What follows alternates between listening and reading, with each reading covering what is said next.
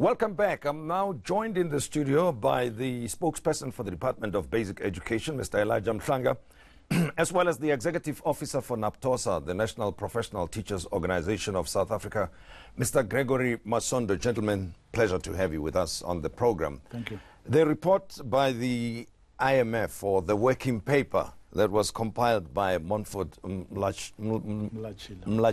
beg your pardon, as well as Talefang Moeletsi, says South Africa is struggling to make the grade, and it cites a whole number of metrics where it says South Africa's education system is failing.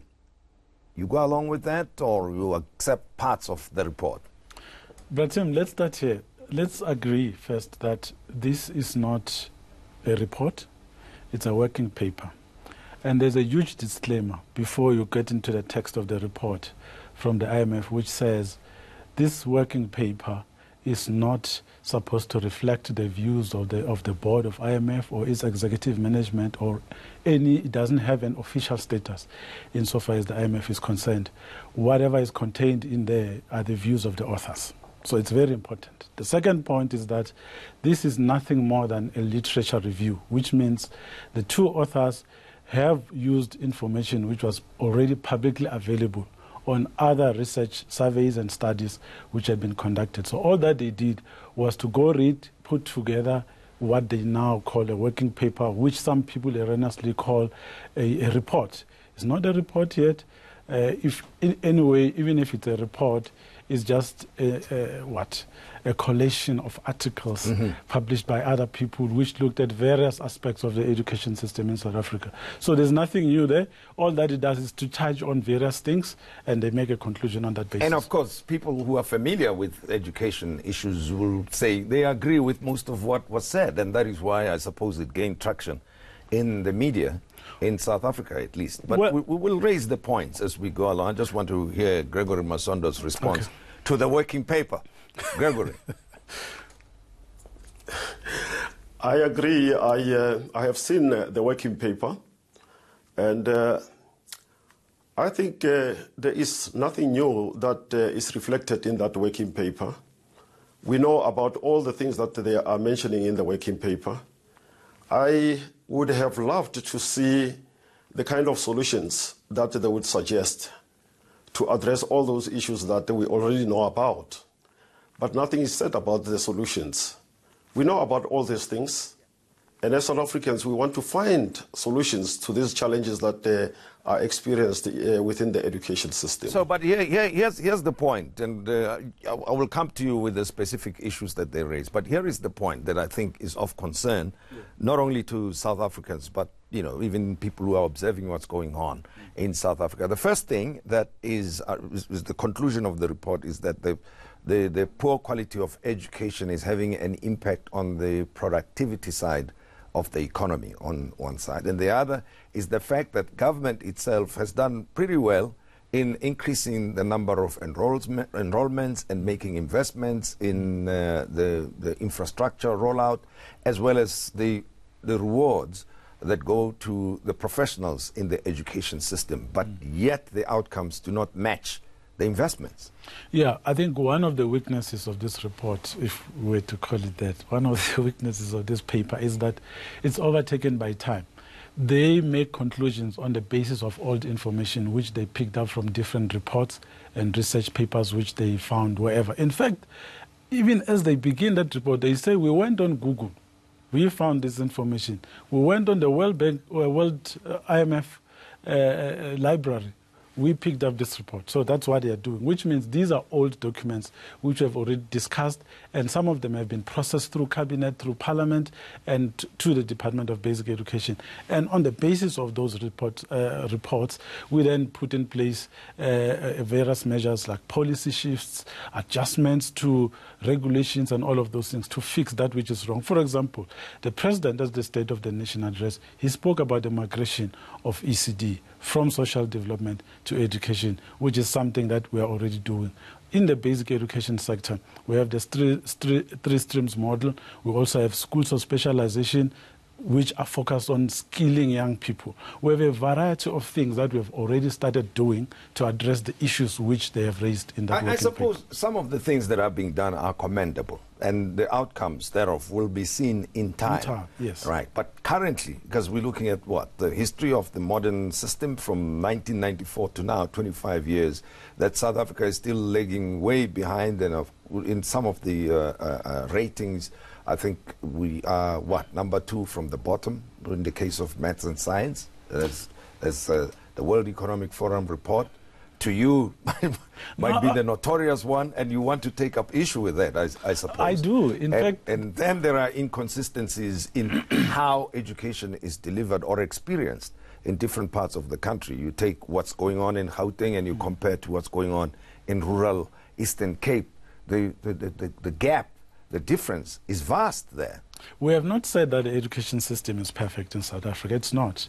And those people who compare us to any other country in the world, I always say to them, show me the information which will indicate that that country also had 19 different education systems in one country.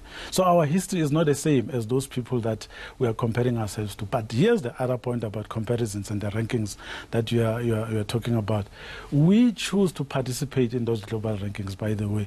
For SACMEC, for example, we pay up to 30 million rand as a country, just so we can be researched, benchmarked, and be able to see what it is that we are doing. The other countries, I mean, you've never heard of like Benin or Gambia or Equatorial Guinea or even the DRC, for example. It's always Zimbabwe, Botswana, Kenya, and Egypt. And they say, no, we are second from the bottom in the world. How many countries do we have in the world? And how many do we have on the continent? It's always about 9 or 10 out of 52. So those rankings, they mean whatever you want them to mean to you, but we don't look at that league. We look at what it is that we are doing here as a country to improve the education system. But the World Economic Forum report, by the way, that is a perception index. We also need to look at the methodology of extracting this information, because it's not just about going to ask people who are sitting in offices and say, what is your perception of the basic education system in South Africa, and then they tick wherever they want to tick, and then they push that information to the public and say, yeah, we are doing so badly. We don't do that. But right now, there are 3 studies that have been published that are credible, that are empirical in terms of the evidence that was gathered, that are saying that we are making an improvement as a country. Of course, you're right. The impact of that will be seen over time, but we are on the right track. And as I said, I'll pick up on the specific parts of the report. And Gregory Masondo, the one that's relevant to you in particular is the fact that teachers are spending more time away from classes instead of teaching, busy with other activities. They suggest that teachers, 20% of them stay away on Mondays, month end, it gets worse. And that on a daily basis, they spend, 50% of their time teaching as compared to the global average. I think the researchers should have focused on issues that affect teachers adversely in the South African education system. They should have looked at the environment in education that is, in some parts of our country, creates situations that are unbearable. I know everybody in our country knows how teachers are stressed, how teachers are depressed, how teachers are afraid of their own children, how teachers are subjected to conditions that are appalling. We know of children that have fallen into pit latrines. We know of teachers who have to go to the field to relieve themselves. We know about gangsterism that is affecting our schools. We know of all these challenges. And nothing is said about all these challenges that teachers are faced with.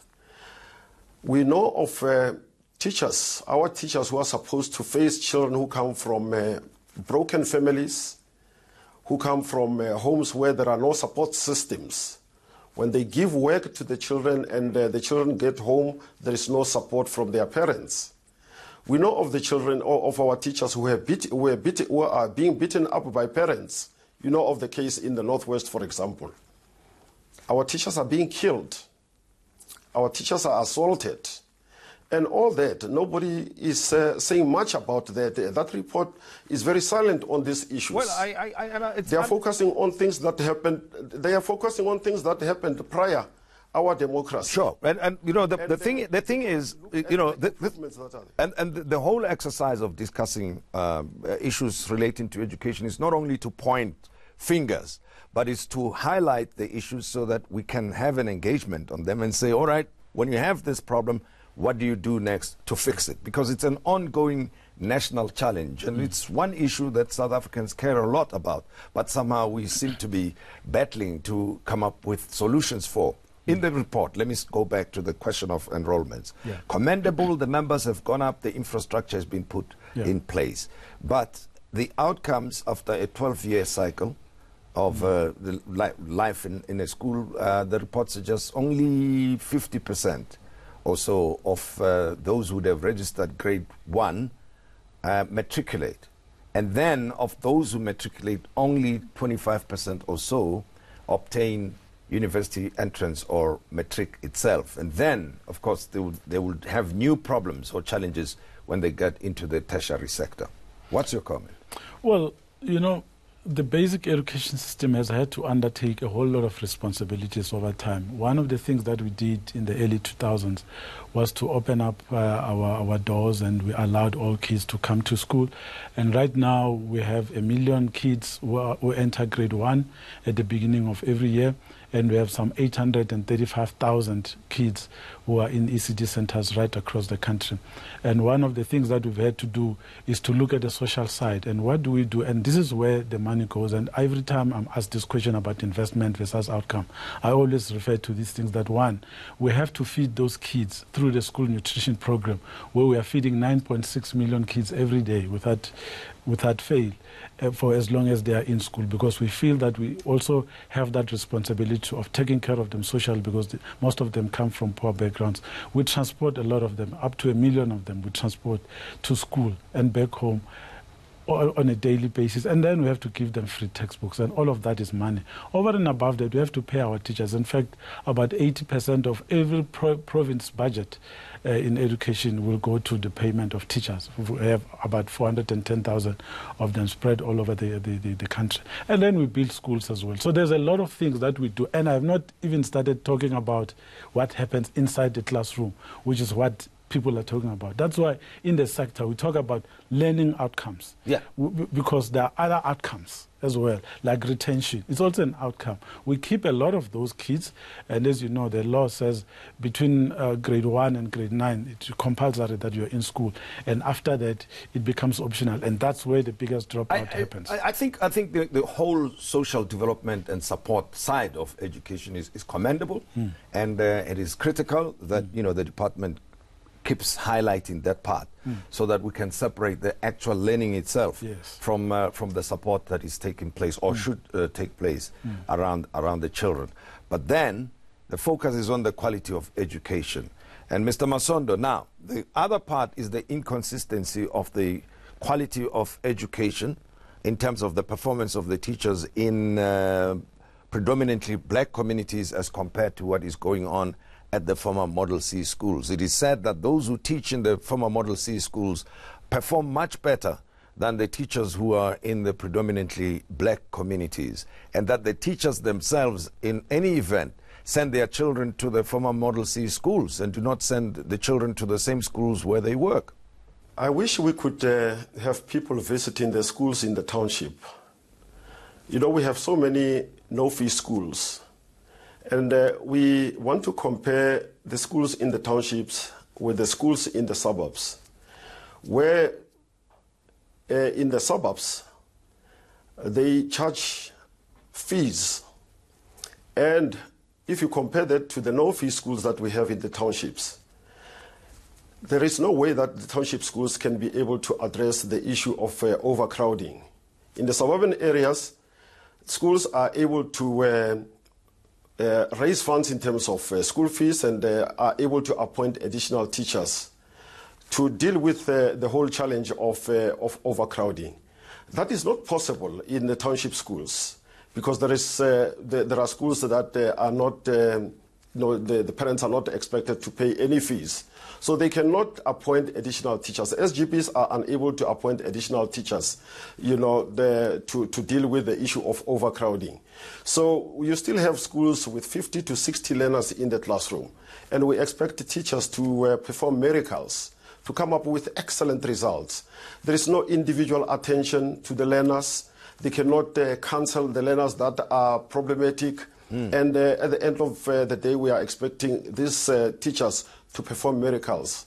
It's unfair on the part of the teachers. Well, again, a fair comment, but then human problems require creative solutions. We're human. We must find a way out of that. We can't say a problem is happening to us. We're incapable of solving it. And that is what we'll look at when we return in a short while. In the meantime, please engage us using the hashtag the Modise Network on social media. We're discussing the state of education in South Africa.